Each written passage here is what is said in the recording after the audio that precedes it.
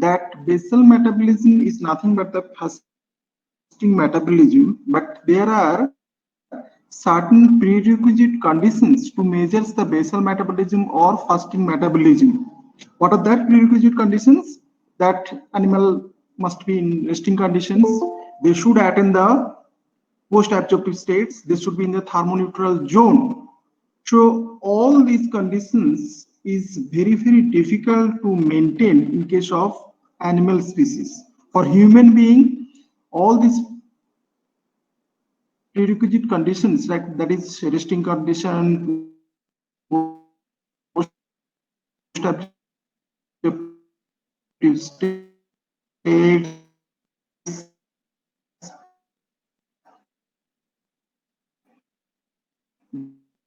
then what is this one? Thermoneutral zone. All these things would need to the conditions. All these four conditions can be maintained in case of human being, but in case of, so that's why if it is non-ruminant species, 12 hours is okay, but in case of ruminant species, it should be at least attended. So in case of animal species, the basic terminology adapted as such, it is generally called as fasting catabolism. In case of livestock species, basal metabolism or fasting metabolism. Is it clear, Prem? Prem, are you getting me?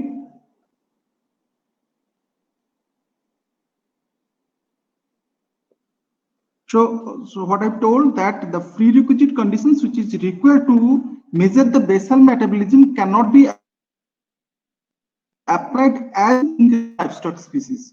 Basically, is the fasting catabolism. So fasting catabolism, what do you mean by fasting catabolism? That if you are not providing any nitrogenous substance, will happen, the depot protein or the stored protein is going to be catabolized to meet out the minimum requirement.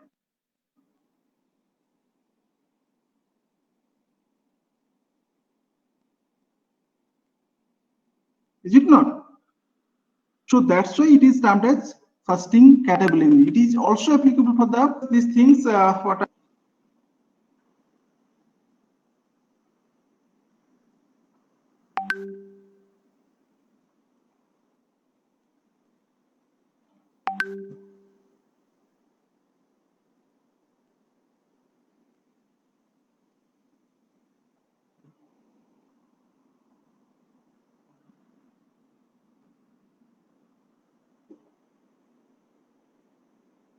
So the slides are visible to you. Slides are visible to you. Yes, sir. Yes, sir. Hello.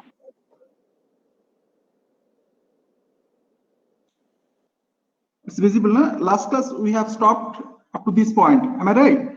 That by indirect about the total heat production by an animal, and there I have shown you by this numerical value, this problem, that by getting the idea about the oxygen consumption, carbon dioxide production, and urinary nitrogen excretion by an animal during a day of 24 hours, how can you calculate out the total heat production?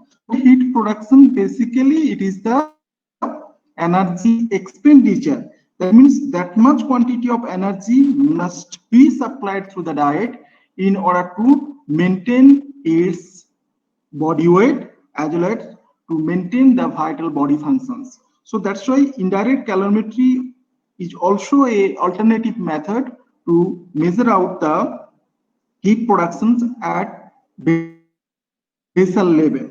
Now I'm coming to that as a whole, how to find out the maintenance energy requirement. In case of maintenance protein requirement, I have already told you that endogenous urinary nitrogen, metabolic fecal nitrogen, dermal losses needs to be clubbed together, and you have to consider the biological value of that particular protein, I mean these particular animals, for the utilization of the protein.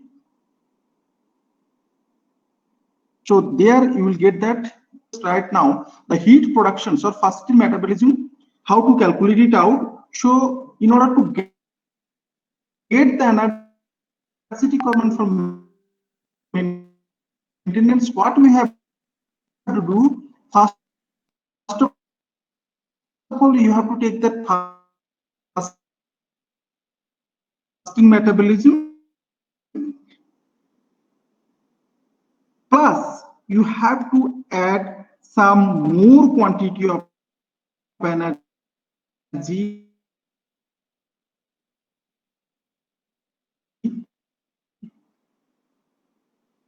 what is that more quantity of energy here?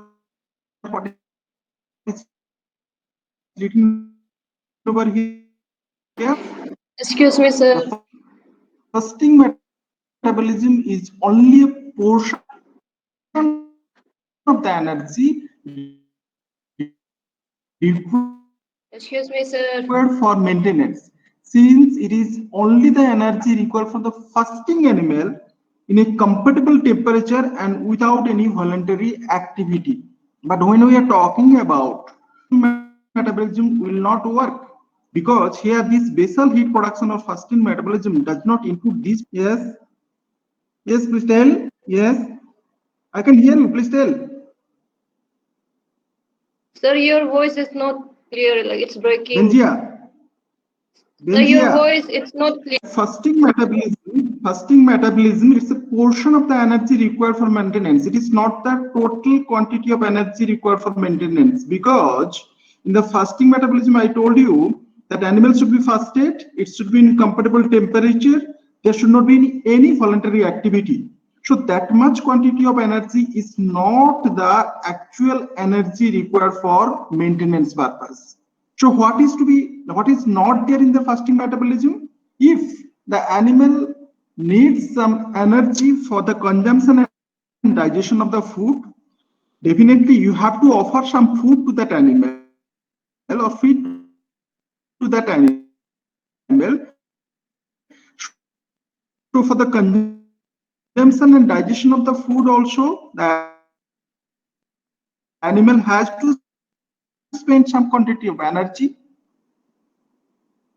Then some energy is required for the increased respiration and heart rate when they are walking or other movements are going on. During that time also they need some quantity of energy.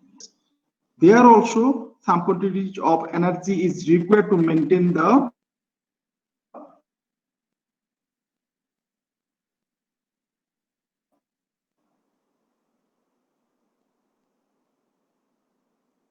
body temperature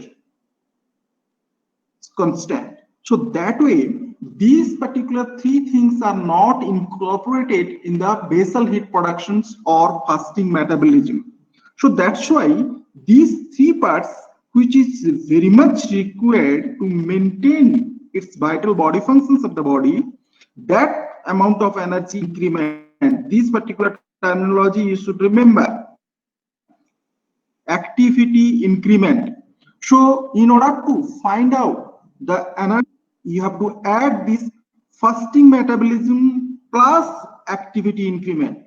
Fasting metabolism plus activity increment for the energy requirement for maintenance purpose. Is it okay? Are you getting me? Are you getting me? Hello? Belna Haka? Haka, are you there? Yes, sir. Yes, sir. Haka, are you there? Yes, sir. Am I audible? Are you getting me? Yes, sir. You're audible. Azil Rai, are you there? Azil Rai. Yes, I am, sir. So, am I audible? Are you getting me? What I am telling? Indeed. What I have told right now, I told that Activity. basal metabolism or fasting metabolism plus activity increment. If you club together, that much energy is required for the maintenance purpose. So that it is to be calculated like that way. So fasting metabolism plus activity increment together, it will be giving you the idea about the energy requirement for the maintenance purpose. So what will be the quantity of this activity increment? In case of cattle, sheep and swine, it has been observed the activity increment is around 20 to 30%. So that means this much quantity of extra energy you have to add with that fasting metabolism energy, then you will be getting the requirement for minimum energy required for the maintenance purpose.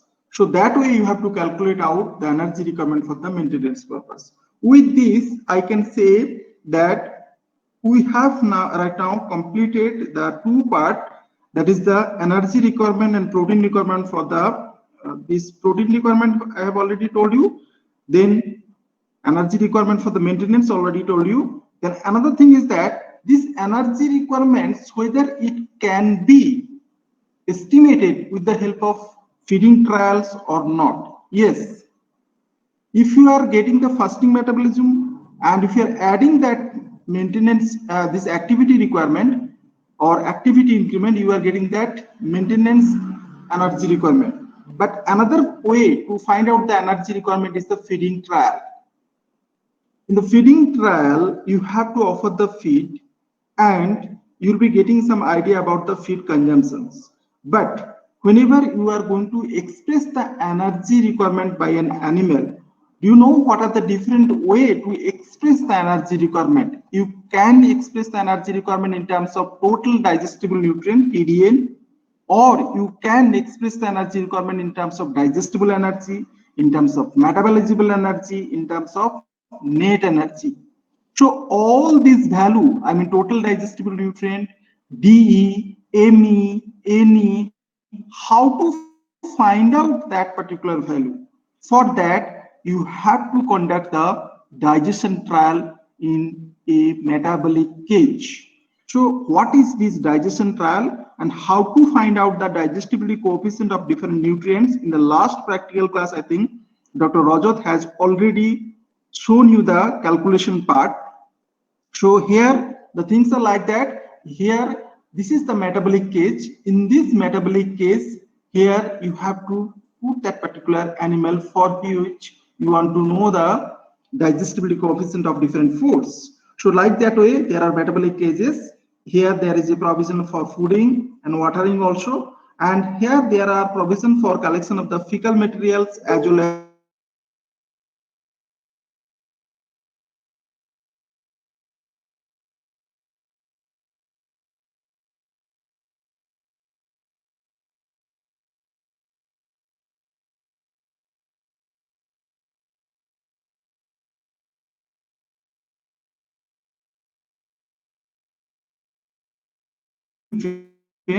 how to find out the TDN value of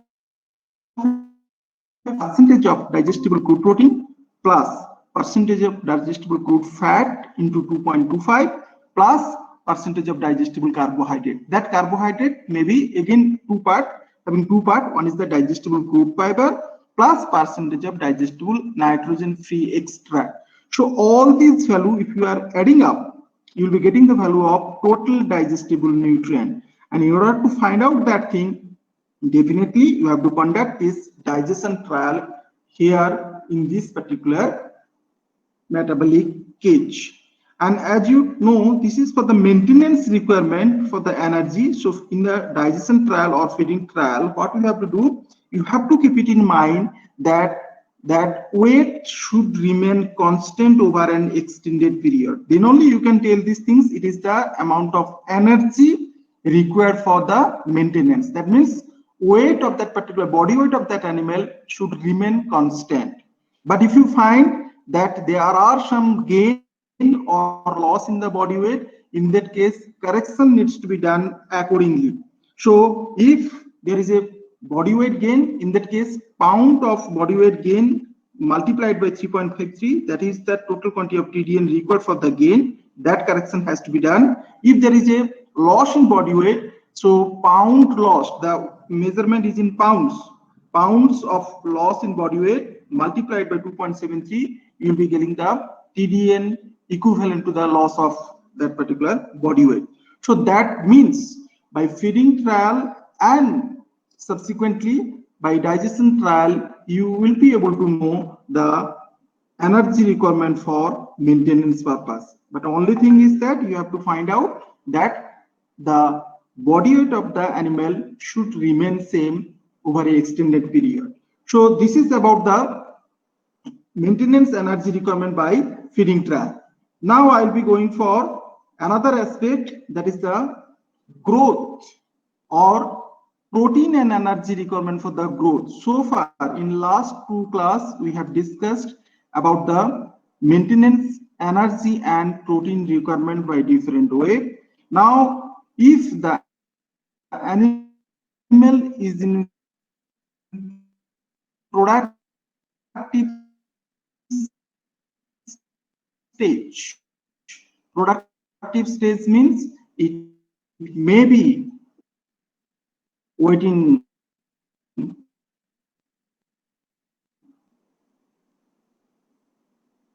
tissue gain, that means if there is a body weight gain, if there is lactation, if the animal is in pregnancy, that means these are different productive states. So during that time, what will be the quantity of protein and energy, and how to arrive at that energy and protein requirement? What should be the methodology to arrive at the energy protein requirement for the ruminant species? So first of all, let us see if the animal is in growing stage, that means growth in animals. So before I go for the nutrient requirements for the growth, you should also know these things. Already you have studied in physiology in details. Just simply for the recap, or psi can be drawn as an S shaped, which is nothing but the sum.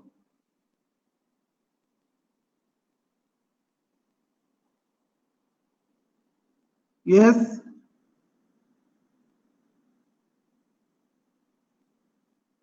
Can anyone tell me? Can anyone raise the hand if there is?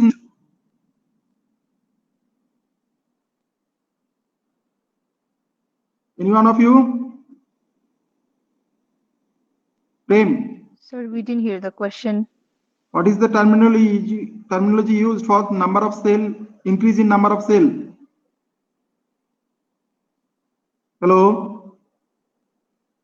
Prem? Prem? I'm asking if there is increase in number of cells. Yes. What is the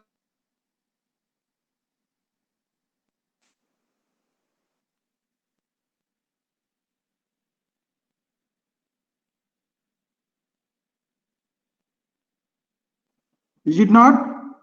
Have you heard of this terminology, hyperplasia? You have not heard? Ajal? Ajal, are you there? I am, sir, and I have photographed it. What is the difference between hyperplasia and hypertrophy?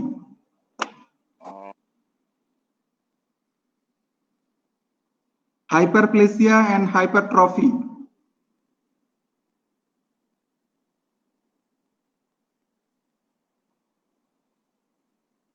No idea? If you don't have any idea also you can tell, I do not know. There is no. Benjia, can you tell me? What is the difference between hyperplasia and hypertrophy? Increase in size. Yes. Increase in size. That is known as? Hypertrophy. Yes. Then increase in cell number? Hyperplasia. Yes. Increase in cell number is known as hyperplasia. Increase in size or mass, that is nothing but the hypertrophy. So in case of growth, either hyperplasia or hypertrophy or both can be occurred, and that is generally represented as sigmoid curve. Already you have studied in physiology also. So here this is S-shaped sigmoid curve. So first one is the lag phase, then log phase, then diminishing of growth phase, then stationary phase. And here against the time, and this is the growth. So here we are just discussing here that, so these nutrient requirements for the growth. So the nutrient requirements for the growth are determined by the chemical constituent of the body. The different nutrients must have been deposited in the body. That's why there are increase in mass or size, or you can say increase in cell number. So when there is a body weight gain or growth, there may be deposition of different nutrients. Mostly it is the protein.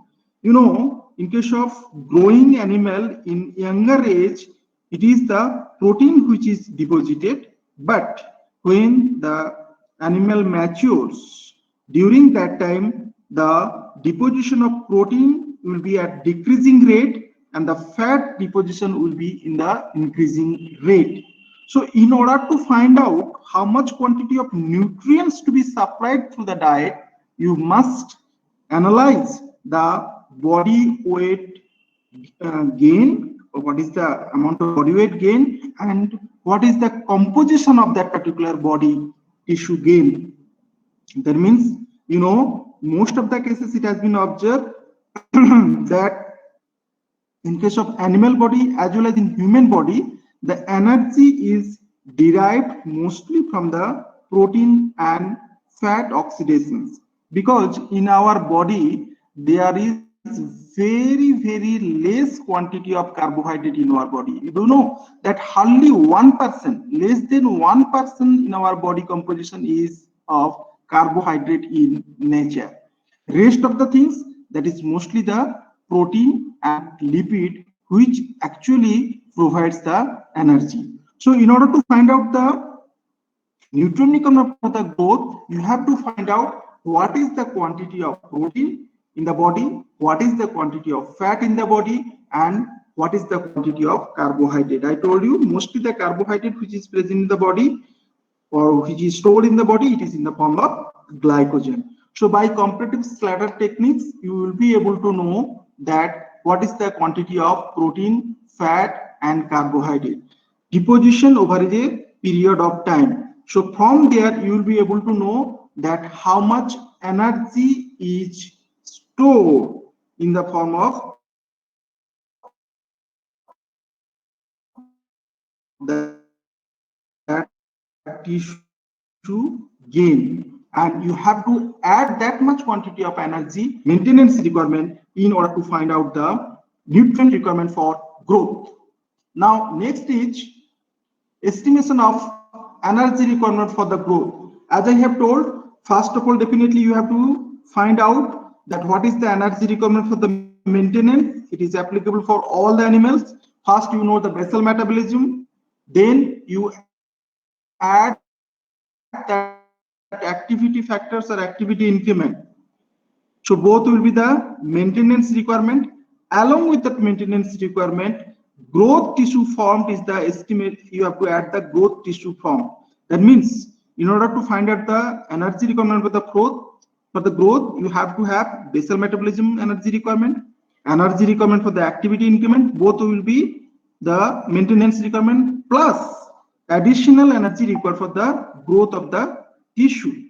So if you add up all these things, you'll be getting the estimation of energy requirements, and the energy requirements what you are going to get, that will be in the form of net energy.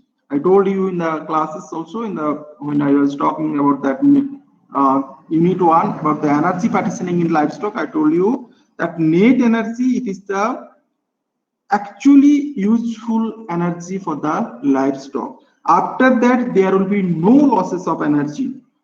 From the gross energy to digestible energy, there is losses of energy to the phases. From the digestible energy to the metabolizable energy, there is losses of energy to the urine and gases. And from metabolizable energy to net energy, there is losses of energy through heat increment. But once you are arriving the value of net energy, after that there will be no losses. That's why it is the useful form of energy which is used for either for the maintenance or for the different production purposes. So that means So you have to remember these three things: basal metabolism, activity increment, and growth tissue. And sometimes you have to interchange this digestible energy to gross energy, net energy, digestible energy to metabolizable energy, or TDN to digestible energy, TDN to metabolizable energy. In that case, what way you can, what should be the factors you have to consider. So if you want to consider that net energy from the digestible energy, you can say 70% of the digestible energy is considered as net energy, and 80% of the digestible energy is considered as metabolizable energy. So 70% of the digestible energy is considered as net energy. What do you mean by that one? That where is that rest 30%? That rest 30% has lost either in the form of these fecal losses, urinary losses, gaseous losses, and heat increment. That's why the total quantity of digestible energy from there, definitely fecal losses will not be considered, because digestible energy you have already considered the fecal losses. So urinary, gaseous, and heat increment, that three portions if you are deducting, that will be almost 30%. Hardly 70% of the digestible energy is considered as net energy, and 80% of the digestible energy is considered as metabolizable energy, because here the heat increment is not considered. And if you have to convert the TDN to digestible energy, this formula you should remember. Most of the times this question is asked. If you have to convert TDN to digestible energy, it is 1 kg total digestible nutrient is equal to 4.4 megacalorie digestible energy. Or if you have to convert it to metabolizable energy, 1 kg TDN equal to 3.6 megacalorie metabolizable energy. So these conversion numerical problems where you have to convert this TDN to DE, TDN to ME, DE to NE, DE to ME. So from these particular factors, you will be able to find it out. Is it clear? Are you listening to me?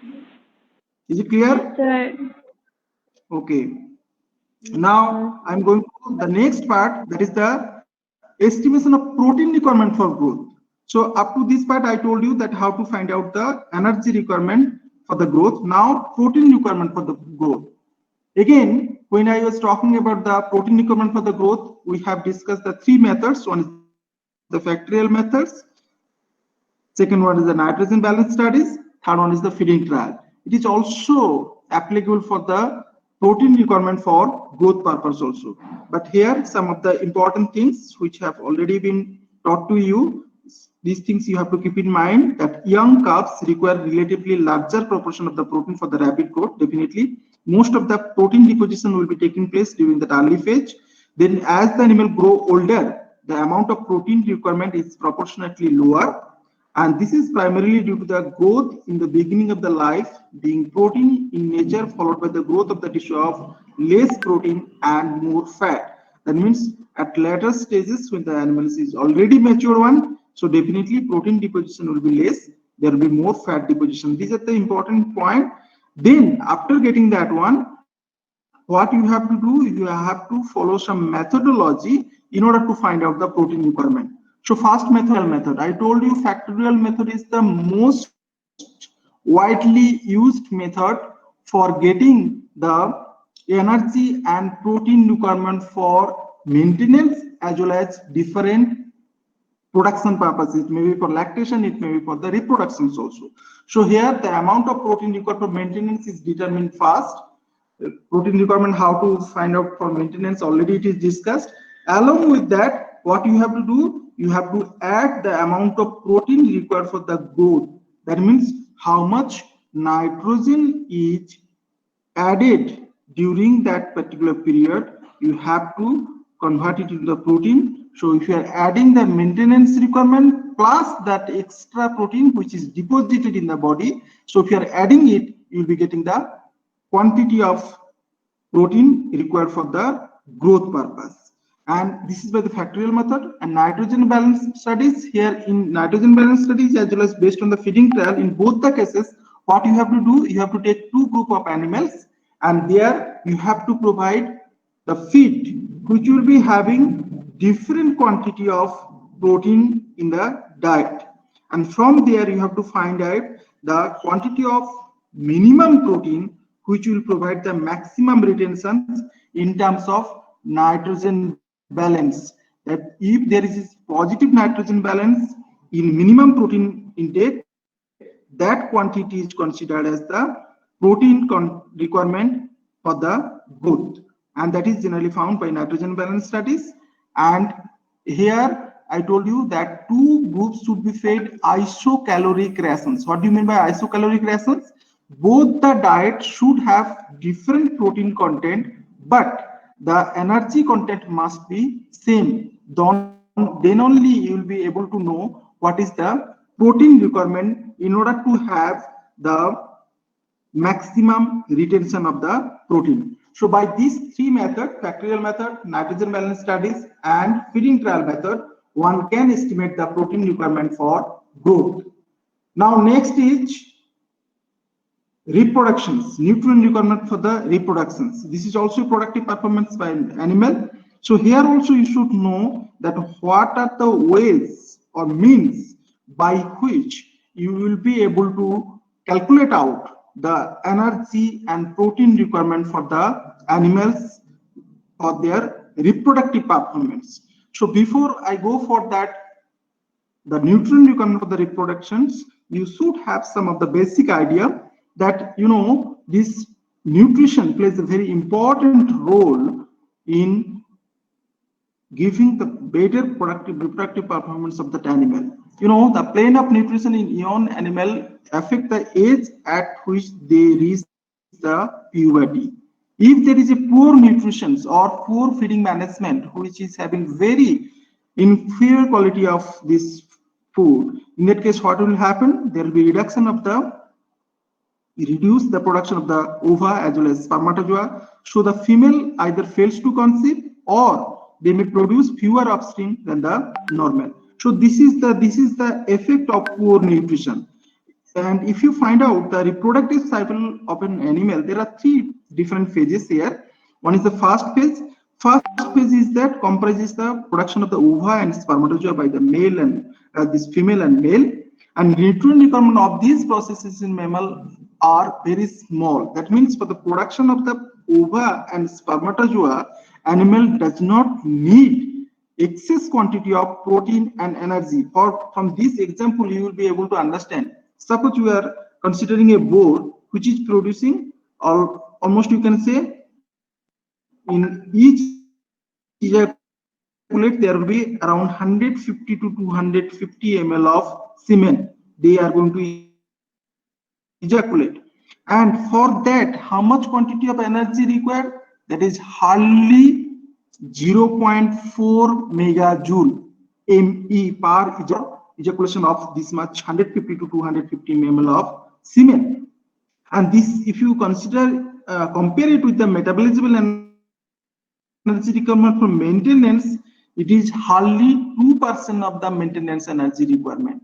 That does mean that for the production of the spermatozoa as well as total semen, the requirement of energy is not that much high.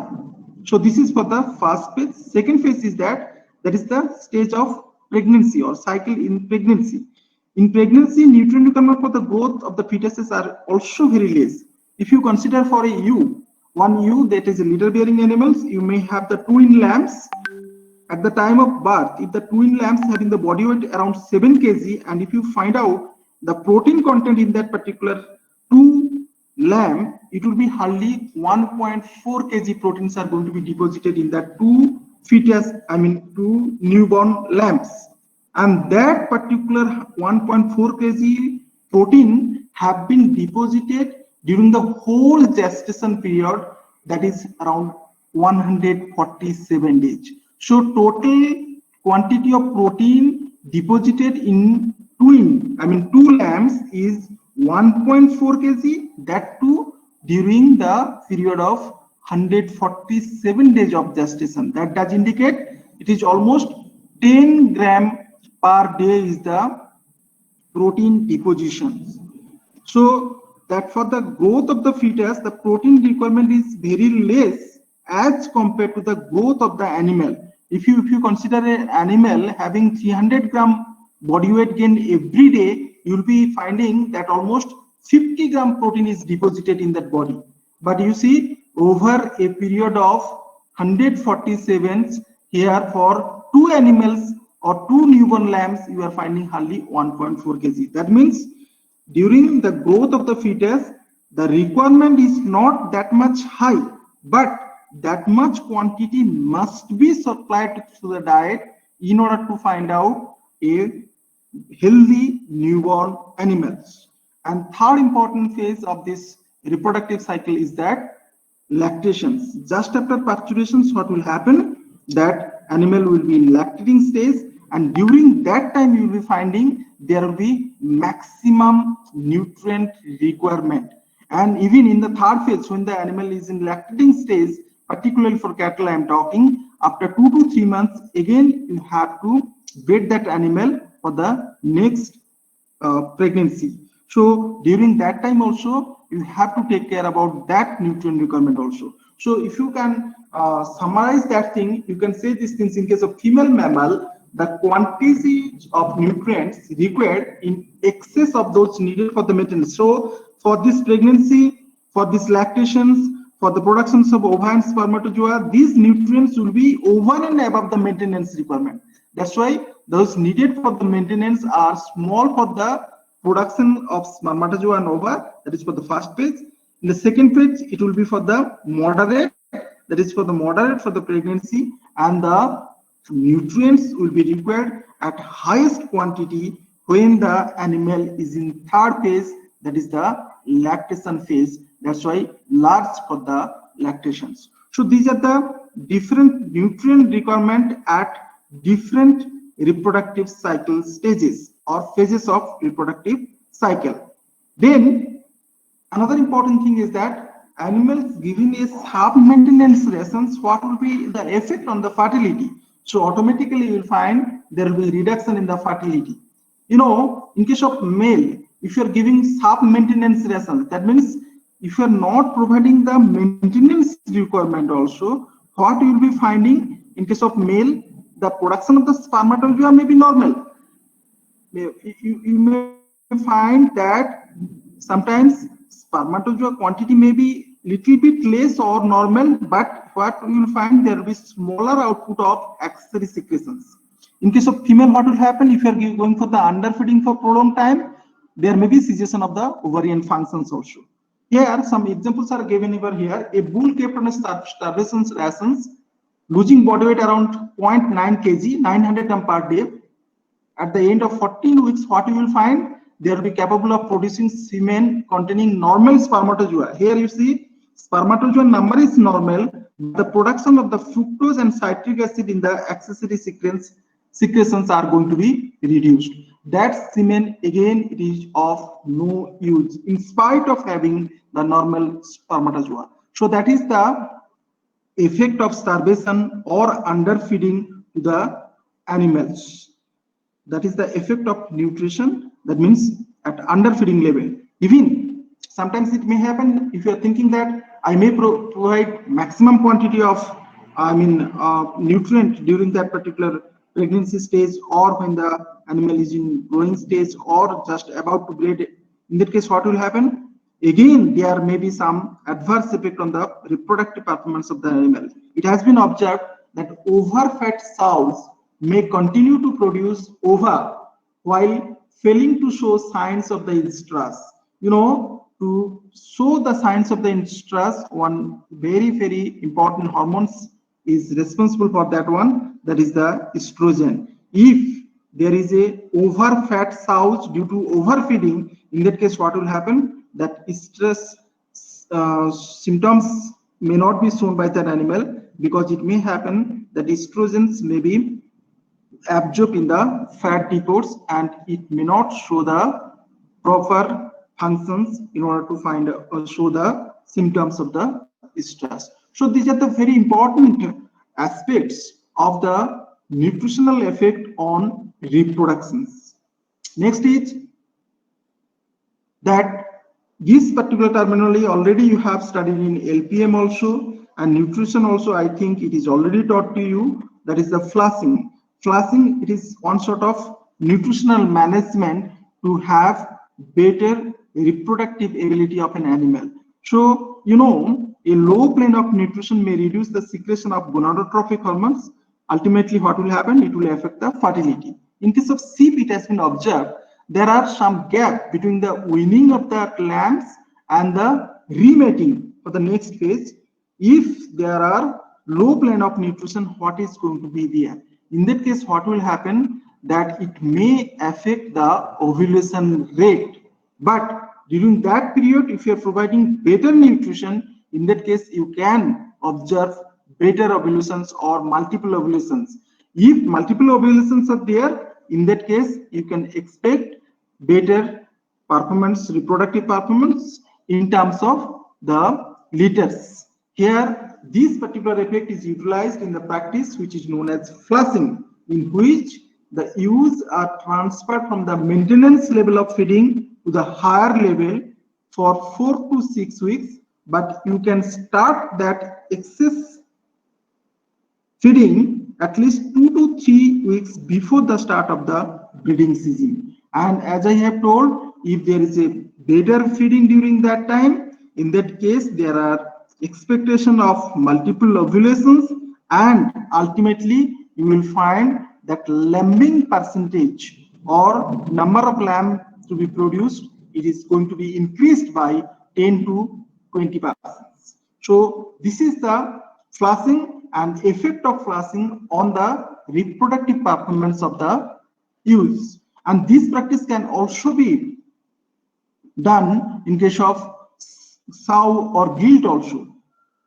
Next is, when the animal is in pregnancy stage, there are requirement of the nutrients for the fetal growth also. You know, the growth of the fetus is accompanied by the formation of the membranes associated with it, also by considerable enlargement of the uterus also. It has been observed in the first 2 trimesters of the pregnancy that growth of the fetus is not that much, but at last trimesters or last part of pregnancy, in case of cattle from 6 months onward, it has become very necessary to make special provision in the diet for the growth of the fetus. Diet of the mother, you have to provide extra nutrient for the better growth at last trimester of the pregnancy. Even in the later stage, the net energy needed for the growth of the fetus is small, but here you have to provide good quantity of protein as well as the minerals like calcium and phosphorus in order to have better growth rate in the developing fetus. So these nutrients are also required for the growth of the fetus. Next is the pregnancy. During the pregnancy, what are the major things you have to keep it in mind? That you have to provide adequate amounts of energy and nutrients in order to enable, first is the satisfactory growth and development of the fetus, then uterine growth and development, and to increase the mother's bodily reserves needed for the milk production following parturitions. You know, just after parturitions, generally the mother usually use the reserve source of nutrients. So that's why you have to provide required quantity of protein and energy so that it is deposited in the body of the mothers, and just after parturitions that can be utilized for the by that animal in order to avoid the loss of body weight in significant amount. Here, as I have told you right now in the last this one slide, that 80% fetal growth generally occurs in the last trimester of the pregnancy. So that's why you have to have the idea about the what will be the nutrient requirement for that specific animal in order to have the better fetal development. You know, you have to provide the required quantity of protein and vitamin A in the diet of the mothers, and it has been observed congenital deformities of nutritional origin generally arise due to vitamin A deficiency, that is leading to the eye and bone abnormalities in case of the fetus. Even iodine deficiency, if it is there in the diet of the mothers at last trimester of the pregnancy, in that case also you may find the birth of the animal without hair. Completely there will be loss of hair in case of that newborn piglets. So hairlessness can also be caused in adequate supply of riboflavin also. So riboflavin deficiency and iodine deficiency in case of diet of the sows may lead to complete hairlessness in case of newborn piglets. In case of copper deficiency in case of pregnant ewe, that may lead to a condition which is known as soy bag in case of lamb. That means these type of deformities and deficiency symptoms are observed if the nutrients are not added in proper quantity in the diet of them. That means that too in the last trimester of the pregnancy. Next is, so just if you sum up these things, that the nutrient requirements during pregnancy, what are the different points you have to remember in order to find out the protein, energy, mineral and vitamin requirements. First of all, you have to provide the maintenance requirement of the mothers. Then second factor what you have to consider, that is the nutrient for the growth of the mother. You know, sometimes it may happen the animals or mother generally conceived at very younger age. Still the growth process is going on. So during that time, what you have to do, along with that particular nutrient requirement for the pregnancy, you have to provide some extra quantity of nutrients for the growth of the mother. That factor also you have to consider. Third thing is that nutrient requires for the growth of the fetus. As I have told, though in the first 2 trimester, the growth of the fetus is not that much high, but at last trimester, there is maximum growth taking place in case of fetus. So you have to provide that much quantity at different phases. Then nutrient requires for the growth of the uterus and products of the conception, that is the placental membranes and placental fluid. So all these points you have to remember in order to provide the required quantity of nutrient for the pregnancy, that is for the reproductive performance of that animal. Hello, are you getting me? Yes, sir. Yes, sir. Okay, Yes, sir. last thing is that what will be the quantity of, another 2 slides are there. This is for the nutrient requirement for the lactations. As I have told, this is the phase of the reproductive cycle of the animal where there will be maximum nutrient requirement, because if you are considering about a dairy cow, there will be milk productions during that stage. Again, the nutrient requirements of that animal will depend upon the amount of milk produced as well as what is its composition. There are 2 important things. One is the amount of milk production, that is the milk yield, and second one is the composition of the milk. There are several other factors are there. I'm not going to discuss that thing, because you know sometimes the stage of lactations, breed, all these things can affect the milk production that is there. But I am going to discuss about the nutrient requirement. Now, you know, these things you have to keep it in mind. Particularly this milk yield generally increases at around 35 days from the date of parturition. 35 days you will be finding maximum milk yield, and it has been observed that almost you can say 1.1 time higher will be the milk yield. That is termed as peak milk yield, PEAK, peak milk yield. So this peak milk yield is generally observed at about 35 days postpartum. So these things, why I'm telling these things, because you have to remember these facts in order to provide the required quantity of protein and energy in the diet of the lactating cow. So here, what will be the energy requirement for the lactations? As I have told, there are 2 important things. You have to find the total quantity of milk produced as well as Second factor, what you have to remember, that is the composition of the milk. How much protein is there, how much fat is there, how much lactose is there, that you have to find out in the composition of the milk.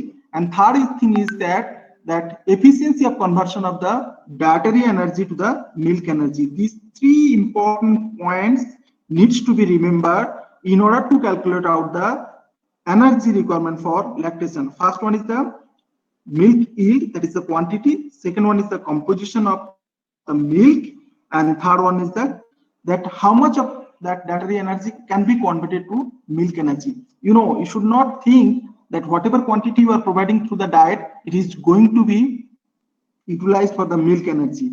Certain portions, 70 to 80% are generally converted to milk energy. Rest of the energy is generally lost. So here, as I have told here, that you have to see the quantity of the milk which is produced as well as composition. Composition, here it is written that fat, protein, and lactose. And from there, if you find out what is the gross energy content of the fat, protein, and lactose, it is generally considered as 9.2 to 29 to 9.3 megacalorie per kg, 5.71 or 5.65 for the milk protein, and 3.95 for the lactose. So if you see the composition of the milk and the total quantity, you will be able to know that what is the energy which is coming out from the animal's body in the form of milk, and that much quantity of energy must be provided in the diet of that lactating cow, so that the animal should not lose its body weight. Why that? There is a general tendency animal generally lose its body weight in the early stages of the lactation, because if you are not providing required quantity of nutrient in the diet, they usually use the depot source which is already stored over there. They used to use it. That's why generally in the first stages of lactation, they usually lose the body weight. And another thing is very, very important, that you have to remember the lactose percentage, which is generally remain constant, but the fat percentage is varied, and for that one can convert it in that 4% fat corrected milk in order to compare the milk productions by an animal, because in some animal may be producing the milk with 4%, some animal may be producing the milk with 3.5%, some may be 4.2%. So in order to compare the fat corrected milk, there is a specific formula. I think it is already taught to you, that is the GAINS formula, GAINS, GAINS formula, that fat corrected milk at 4% level, it is 0.4 plus 0.15 into F, that is the fat percentage, into M, that is the total milk yield. That means here what you are going to do in order to provide the nutrient requirements, particularly the energy requirement for the lactations, you have to provide the maintenance energy requirement plus the quantity of energy which is lost to the milk. If you add these things, you will be able to get the value for energy requirement for the lactations. Like that way, what will be the protein requirement for the lactations? When there is a milk productions, again milk does contain protein also. There also you'll be finding out that some quantity of protein is going to be lost through the milk. So that much quantity must be supplemented in the diet along with the maintenance protein requirement. Then only one will be arriving the protein requirement for that particular animal. In that regard, there is a very, very recent concept is there which have been proposed by Agriculture and Food Research Council, that is known as metabolizable protein requirement. In foreign countries, they are not providing the protein in terms of CP, crude protein or digestible crude protein. Rather, they are providing the protein in terms of metabolizable protein. So sometimes you may get some questions regarding the definition of the metabolizable protein. So the metabolizable protein may be defined as the quantity of truly absorbable true protein required to satisfy the demand of amino acids, nitrogen at tissue level. That means it is the quantity of truly absorbable true protein. You must be knowing what is true protein. So truly absorbable true protein, which is required to satisfy the demand of amino acids at tissue level. If you can quantify that nitrogen, or if you can quantify that nitrogen into protein, that protein is nothing but the metabolizable protein, and that metabolizable protein requirement, if you are fulfilling, you can expect better performance in terms of milk productions by a lactating cow. So this is all about the protein requirement for the lactations. So with this, I completed the methods for arriving at energy and protein requirement for maintenance purpose, for growth purpose, for reproductive performance, and for the lactation purpose of ruminant species, particularly for cattle. So if you have any query, you can ask me. Otherwise, I have to stop. Do you have any query?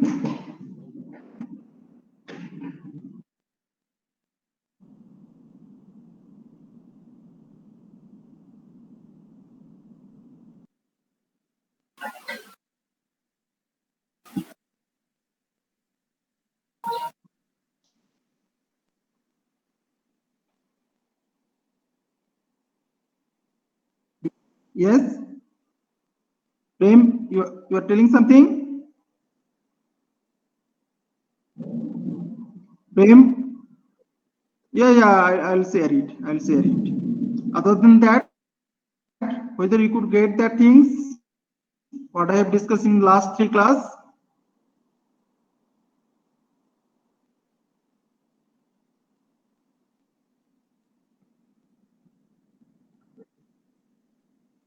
Okay, fine. Anyone? Satak?